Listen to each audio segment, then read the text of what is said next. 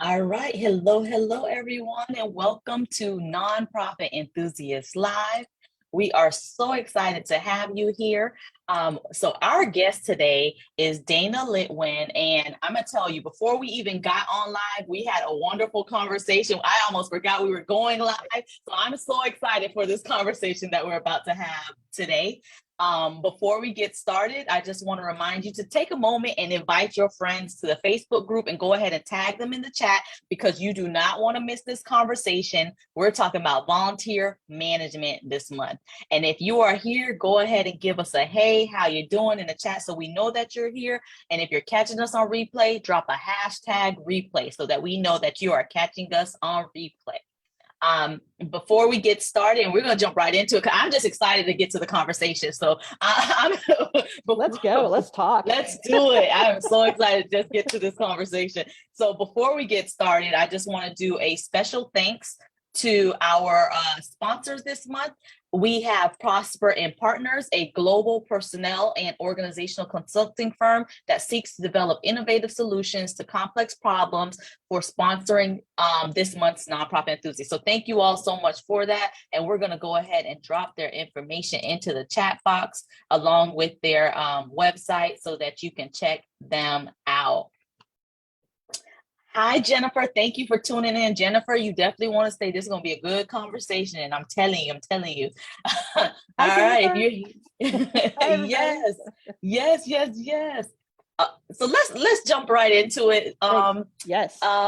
Dana, I'm just so excited and just happy to have this conversation and just lean in on your expertise in the area of volunteer management, especially as this month's topic is volunteer management. So before we get started, can you tell us about yourself and your journey and how you landed here in the volunteer realm? Thanks, Lashina, for having me on. And yeah, I started 20-something years ago with Project Open Hand and Shanti here in San Francisco. I'm in beautiful, sunny, foggy San Francisco right now. And that was really my entry level as a volunteer coordinator. And I was with them about 5 or 6 years doing home meal delivery, grocery pickup for chronically ill folks. It started specifically for HIV/AIDS patients, and then it's expanded to any homebound chronically ill people for the services. And I just loved it. I'm raised to be a musician, but I'm non-practicing. So so I had done a lot of like music and creative things is part of my career, kind of growing up in my teens and 20s, and then in my late 20s, kind of getting into all of this nonprofit volunteer engagement sector, and I'm hooked. So it's such a great combination of skills. You know, we have to have so many skill sets and a lot of emotional intelligence and empathy and good communication skills and people management, but also systems and data analytics. So I love that challenge, that it's always such a vibrant kind of career to be in. Like every day is usually not the same as the next day. And I find that really, really interesting and exciting. And the mantra that I learned at Shanti and Project Open Hand, because they were really good at professional development, so that helps too. If you start off as a volunteer coordinator, you come out of AmeriCorps and doing stuff like this, it's good to have that professional development and that encouragement along the way. You could just kind of get frustrated or burned out. But the mantra that I learned from them in the trainings for my own career was every interaction with a volunteer is an invitation to stay or an invitation to go.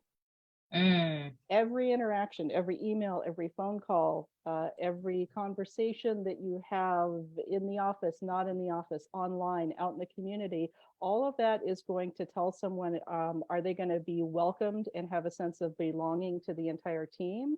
Or are they, you know, coming up against someone who doesn't know anything about the volunteer program, and that's who's answering the phone for the agency, which I don't recommend that practice. Or are they, you know, running into biases or bigotry or hostility about them personally or about them being a volunteer? And that's definitely an invitation to go. And so just being mindful of that, and smiles are free, thank yous are free, that volunteer recognition is, you know, possible in every moment and every interaction. It's Mm-hmm. not just like a nice potluck party once a year, which is great. It's all nice to do that stuff, but just kind of thinking about it in that moment to moment, really holistic way of volunteer engagement and really community engagement. And then the management is like, oh, those the systems or the software and the procedures and things you put in place. Like that can be pretty easy to set up. There's a lot of models for that, but I think that that holistic approach is really what's been successful for me and the agencies I've worked with when I worked there. And then the last few years I've been consulting full time and kind of, taking that client by client and doing a lot of things like this, Mm-hmm. talking to folks on podcasts. And I've got a YouTube channel and a website, and I just put out a lot of material that is free advice that I kind of wish I had along the way, but now Mm-hmm. Mm-hmm. we have the technology to do this together and share all this wisdom in the room and help each other out. Awesome. I love it. I love it. Volunteer recognition. Every interaction Mm-hmm. is a possible opportunity for recognition. I love that because sometimes we think about it more in segments like, oh, it's Totally. that time of the year. Let's get the holiday cards out to our Oh, I volunteers got to or produce a party in 2 months. What am I going to do? Everyone's so busy. Yeah. yes. And so like, just Oh, every moment's a chance and opportunity. The other side of that I think too many people don't recognize is it's okay to invite people to go if they're not aligned with mm, how things are evolving in your culture, especially if you're trying to move to a more like positive, inclusive culture mhm. in volunteering and include more representation from the community and the true diversity of the community. If someone is not able to get on board with that, or they come in with Mhm. kind of a bad attitude themselves, like you don't need to take every single volunteer. Like you're allowed to pick and choose who's going to be the best Mm. fit for what you're doing and the best fit for the culture of the agency, and not turn into some like toxic gossip king or something like that.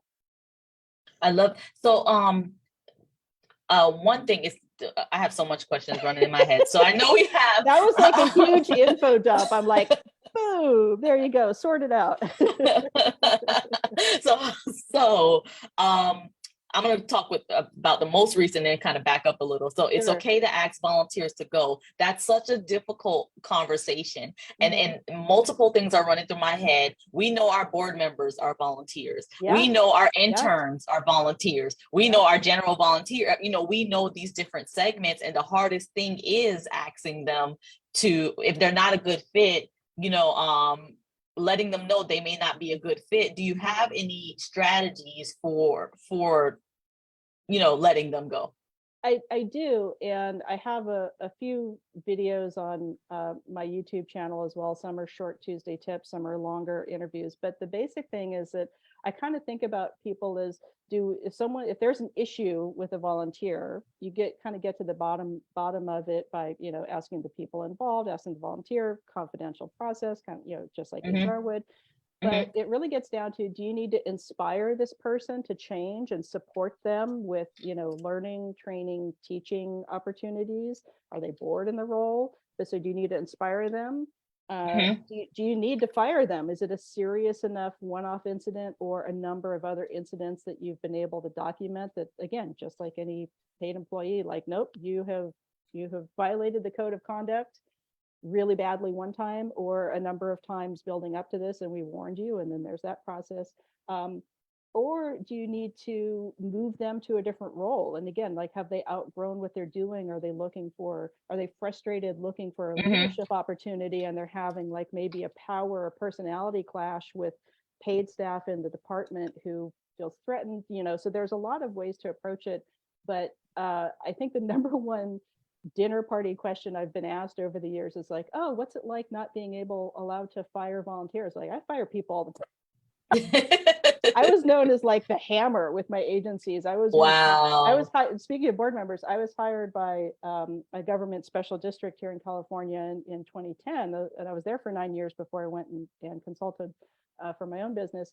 But they actually, in the interview process, they said, we want you to fire a founder and a board member. Are you comfortable doing that?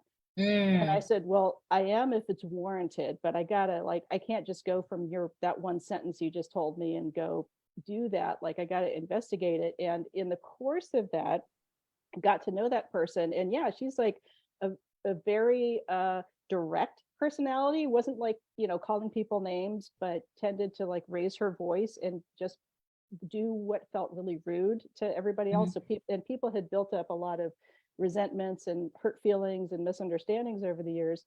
And when I got the big picture of the situation, I'm going to keep talking about like holistic approach of the big picture. Mhm. It's like, actually, like, she's super valuable.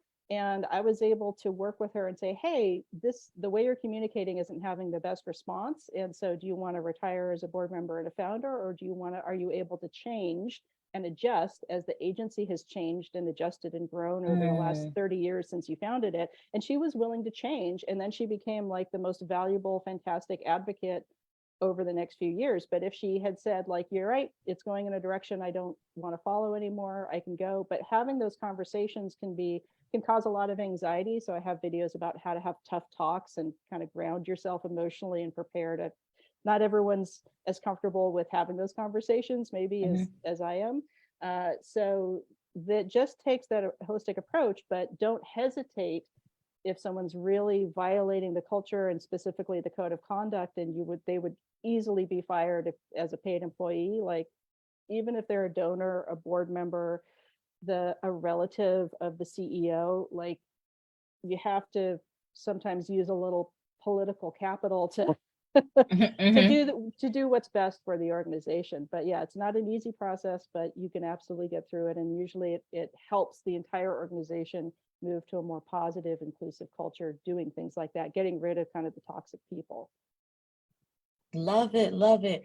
And it's interesting that you use the example of a founder Mm-hmm. of an organization potentially getting fired, Yeah. and being able to kind of, good thing you swooped in. It was able to kind of get to know her. But I think that's a constant reminder as well to founders tuning in that yes, you're held accountable as well. Yeah, everyone there should be that. I mean, we talk about equity and access and inclusion and all that, but equity is really also like about accountability and consequences. And so that's something that's frustrating in the larger society, to see like, bad guys are getting away with stuff. But within your organization, having that sense of fairness and equity and accountability for anybody is really important to, again, a culture where everyone feels safe and supported, and especially volunteers, because they're giving their time and their talent and their Mhm. knowledge. Is If you're not doing that, then you're going to have that high turnover, that churn of staff or volunteers. And the number one thing I get asked every year, even pandemic or not pandemic, is, I'm having trouble recruiting. How do I recruit more people? How do I retain more people? Mhm. And it's kind of what you and I were touching on in the Yes. pre-conversation of like, that's a surface symptom of a deeper issues. So whether Mhm. that's, there's too many barriers and hoops to jump through for people to become volunteers. Sometimes we make it just really difficult Mm. to volunteer, Yes. or Yep. we don't communicate. The easiest thing, communicate back to someone within like a day. If they email you, if they call Right. you, like, don't let it go more than 24 hours without saying, gotcha, and here's the next steps. That Mhm. we fail on that too often in nonprofit and government organizations. So there can be like very basic things that are in the process of volunteering that we can, take out the friction and take out the barriers and the burdens on the volunteer to get them uh, on the team and have that sense that we're in this all together sooner rather than later. And that's going to get people committing and staying. And the way I think about it is, I have a thing called the 3 C's of happy volunteers, or the 3 C's of a good team. And that's always thinking about their comfort, their convenience, and the connection to the cause, to the organization. And so comfort, physical, emotional, task, training, Mhm. tummy, like, there's a lot of ways to think about comfort. The convenience is usually where we get these very often financial barriers for people to volunteer, which is like, I don't have time, I don't have transportation, I have to work too much, I have to do gig economy to make ends meet. And where now I'm driving for Lyft, where I maybe was volunteering on the weekends, now I got to do an extra job. Childcare, elder care, family care, and the technology. If a lot of stuff is online, that can be more accessible, but that also can exaggerate that digital divide that we have in society, where it's like, if you don't know how to volunteer and you've got a teenager with high school required hours to do it, like that becomes another burden on a family or a Mm-hmm. student for them to do something else on top of, kind of a hectic life. I love that. Comfort, convenience, and connection. Connection. So always be thinking, it can be a post-it note, but ideally it's woven into the strategic plan of the organization. And that's a lot of what I do as a consultant, is like, well, let's get Mm-hmm. all of this volunteer engagement, strategic volunteer engagement, woven into the Mm-hmm. strategic plan, not just of your department, not just of your team, but look, let's look at the whole organization and how that can be a great place to work together as a team, whether you're paid or unpaid or full-time or part-time, or once a month with your corporate group, or whatever the case is. Love it. So I know, so prior to this, we got into a conversation that I want to kind of bring up, which is funding volunteer Mm-hmm. programs. Can we Yeah. talk a little bit about that? Because so often, I know when going through, whether it's proposals, or you don't think about, well, including your volunteer program into that, or how to fund your volunteer program. And because of that, oftentimes volunteer programs, especially for organizations starting out, are not built in fully reaching their potential. So can we Right. talk a little bit about that when it comes to funding volunteer programs? Absolutely. And I was involved on the periphery with an organization called the National Alliance for Volunteer Engagement, but I just put the link in the chat. That's the Initiative for Strategic Volunteer Engagement, which is research that we did in 2022. It came out in early February, that was asking funders and philanthropists, Mm-hmm. do you specifically earmark funding for volunteer engagement or volunteer resources or volunteer services? And then also asking organizational leaders, nonprofit leaders, corporate program leaders, do you ask for that kind of funding for your organization or for your volunteer programs? Mm-hmm. And what we found Mm-hmm. is that majority, over 50% of CEOs don't ask. They don't ask. And we know in life, if you don't ask, you don't get. Right. And on the funder side, so there were some things that came true out of the research that were like, yeah, we know that's true because we've lived that. And then there were some surprises. And one of the surprises on the funder side was nobody ever asks us, and we assume when we're giving general funds to a program that includes volunteers. So we have this catch 22 where it's like, volunteers are not free. Like, it takes a Right. professional. We talk about, we'll talk about CVA and professional certification, things like that, but it takes a professional running your volunteer services or programs. Mm-hmm. It takes, dedicated resources. And if people go to that link, they'll see there's, the results from a survey that went out, and also focus groups. And it's really Mm-hmm. interesting to see where that disconnect is. And pretty soon the initiative will be coming out with kind of a playbook for you to Mm-hmm. have these conversations with directors of development, with funders, with your executive directors and CEOs, of like, hey, this is how we can get more funding, and by asking for it. And specifically, these are the groups that and funders that are already doing it, so start there.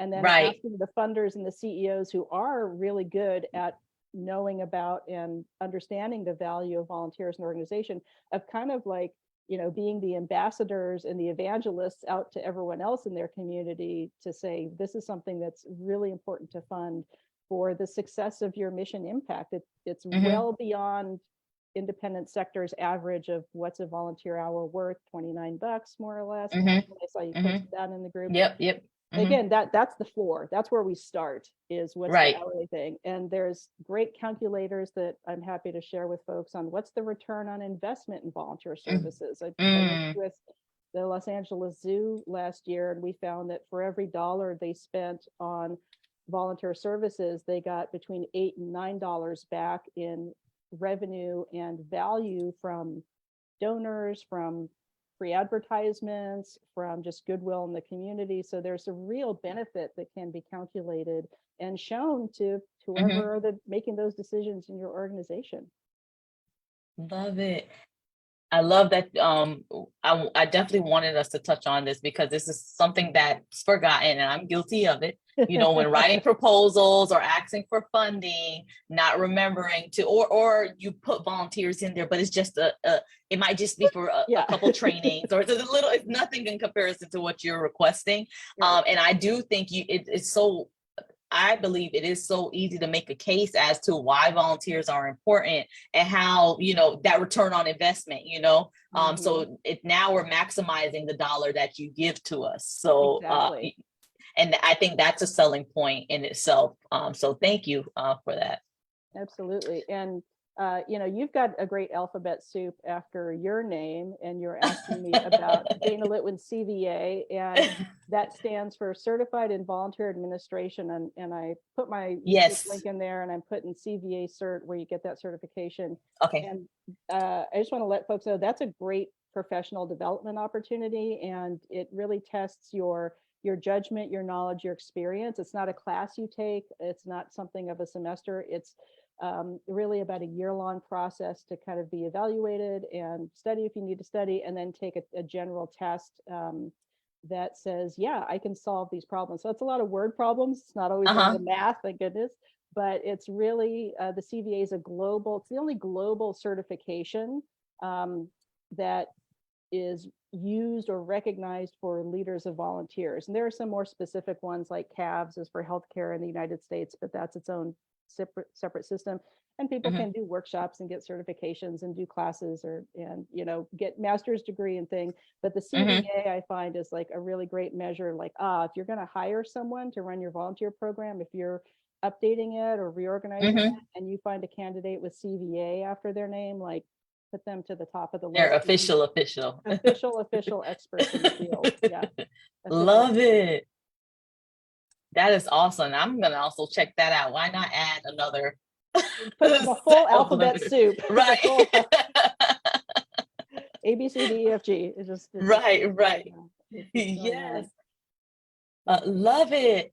Anything else? I think we talked about, so we talked about funding your volunteer program and making sure you keep that in mind in when requesting funds from donors. We talked about the CVA. We talked about volunteer recognition, how every interaction is a opportunity to recognize volunteers. And that's actually something I did want to touch on a little bit Yeah. was what can we talk a little bit about what those interactions that we may not see as an opportunity to recognize volunteers, just a couple of those, and if there's anything else that you feel that, you know, we didn't cover that, you know, let's hit on it. And I definitely, if you're open to, I would love to have you come back on, because I feel like we can talk and talk about this topic. We can go all day, and I'd love Yes, to, yeah, yes. I'd love to be to be back. There's always so much more to cover. You know, it's really one of the things that I also get asked about a lot is there can be some misunderstanding or hostility between staff and volunteers. So I do a lot of solving for that. And that can be that a staff person had a bad experience with a volunteer even before they were at your agency, and they've just set themselves that Mm-hmm. way. They may have had a bad experience as a volunteer, and so they just Mm-hmm. think that it's going to be bad for everybody. And typically staff attitude towards volunteering fall into three categories. They're hostile, they're neutral, or they're Mm-hmm. positive. And so our jobs, again, as leaders of volunteers, as the in-house experts in our organizations, is to, like, if a staff person's having a problem with a volunteer, like, yeah, you have conversations, you try to sort, is it a personal beef? Is it a systemic problem? Like, they can't access the database to enter the hours. Like, what is it that's causing a problem? Personality conflict. But our job is really to educate everyone and kind of, you know, make them all volunteer coordinators. So anyone Mm-hmm. who's interacting with volunteers, give them the basics of the program. Like, I call it the elevator pitch. What's a 30-second thing that's like, this is how you become a volunteer with us, and here's why it's important to do that. And then Mm-hmm. here's the person you talk to get more details and sign up. Everyone should have that messaging. Everyone should know Mm-hmm. how to say that, who's answering a phone, who's answering an email, talking out to the public. But helping staff, paid staff who might have, in the hostile to neutral, you just want to move everyone over a notch, like at least Hmm. make the hostile people neutral Yeah, and, yeah, and yeah, at yeah. least make the neutral people positive. But if you can kind Hmm. of shift everyone over, again, that's beneficial to the culture and that welcoming and sense of belonging and all being on one team for the entire agency. Is just kind of that, like, how's everyone feeling about this? And then we become the educators that get to say, this is how the volunteer program works. And, people can get in touch with me and share. I can happy to share, again, those ROI calculators and other quick Hmm. little things and quick little tools and systems to plug in to get this data and these answers. And hopefully people have volunteer management software. I know a lot of people are running on Excel sheets and banker Hmm. boxes full of papers, but a great project is getting volunteers to help you if you need to create a database or get that stuff digitized. That can be a great special project. And there's a lot of, free to inexpensive to, Lamborghini level software to do Hmm. volunteer management. And most of it integrates with, or is related to your donor management or your email CRM. So kind of having the right technology for that, a high tech, high touch approach is also really important. And it doesn't have to break the bank, but that saves a lot of time and energy. And I found misunderstanding and frustration if you've got a good kind of records keeping system and some really good processes in place that, staff and volunteers understand how they fit into the entire team and the mission impact.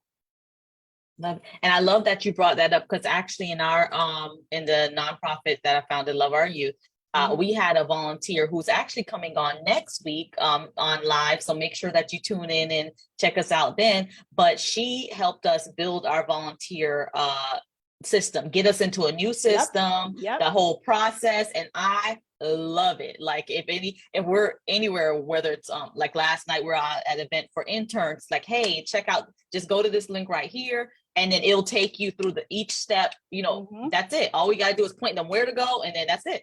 Yeah. It takes care of everything else. When we have grant reports, and we have to report on, especially our matching grants, we are able to just download the report. Here we go, and give it over to our funder easily. So if you do not have a volunteer management system, I definitely encourage you to look into it. It is so worth it. Yeah. And I put my website, my YouTube channel in there, lots of great free information, or get in touch with me if you want to go through a technology evaluation or change or strategic change, or you just need someone in your corner cheerleading that, yeah, you are Mm-hmm. the in-house expert. Because a lot of times people bring in consultants and they tell the experts in-house how not to be. And like, that's kind of the opposite of my approach. I'm really like, I'm here, like sometimes the boss has to pay a, an outside consultant to hear the same ideas that they've been ignoring from the Mm-hmm. volunteer services manager. And I'm just here to, like, I'm propping you up and I'm showing you how to Right. show the data and how to have that persuasive conversation. And also here's some recommendations to maybe restructure things, but you're the expert. And so I'm going to come in and Mm-hmm. support you being heard and valued and respected, because that's really what everybody wants, is to be valued and respected in Right. whatever we're doing. That's human nature. um, but you can check that stuff out. I also want to give Yes. a plug for here in the States, Alive, the Association of Leaders in Volunteer Engagement. And that's our Mm-hmm. professional association and network. And again, I'm going to plug in the website. You can go to that. Okay. And even if you're not a member, tons of free webinars and resources and a calendar of things to tune into and benefits. But if you are a member, there's mentoring programs, there's things about local associations, there's communities of practice. So there's a whole, peer support system out here for leaders of Mm-hmm. volunteers that sometimes not everyone's aware of. Like, you've got a good support system and you've got a good network and you have a lot of resources to help your own growth and your program succeed. Love it.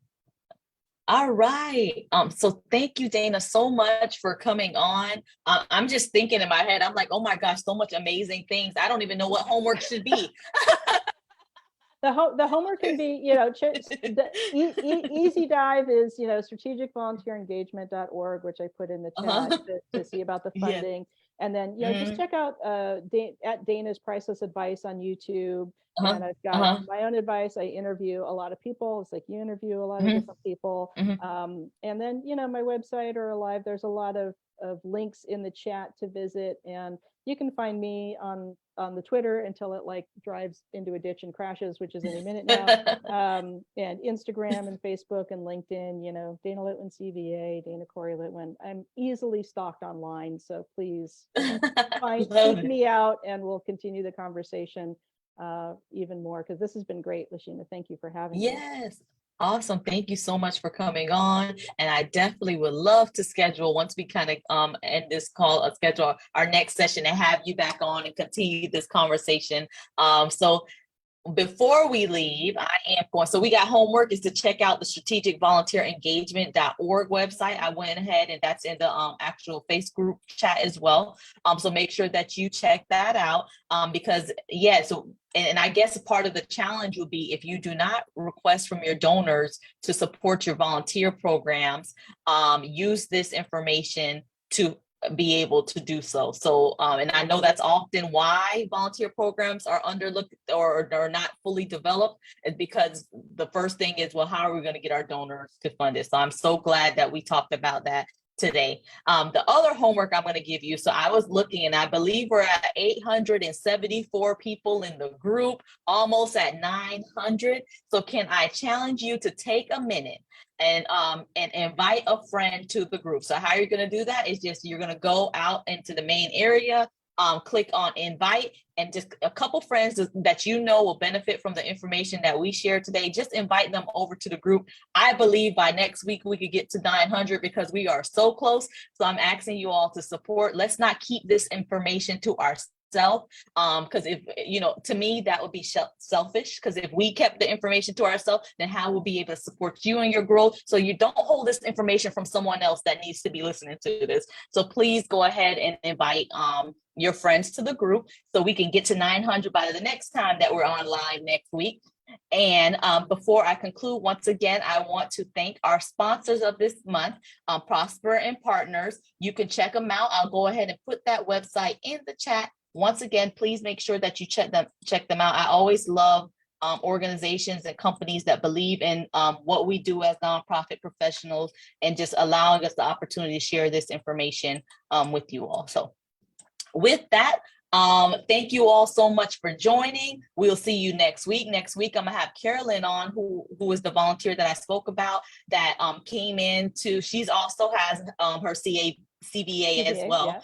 Yeah, yep. And came in to help us build our volunteer management software and just the process as a whole. So make sure that you tune in next week as we continue this conversation on this month's topic of volunteer management. And last but not least, I always tell you all when it's like, I don't know what my goals for my organization, especially our founders, should be this month. Just follow our theme. So this month, our theme is volunteer management. Make this your goal for this month is to improve your volunteer program and use this information that's shared and come to the lives with your question. That's the best thing when you follow the themes, you'll come to the lives at any places that you get stuck. We can help you go through those spots. So, all right. Thank you everyone for tuning in. Dana, thank you so much for being here, and we will see you all next Thursday. Bye everyone. Thanks everyone. Have a good week. Bye. Bye.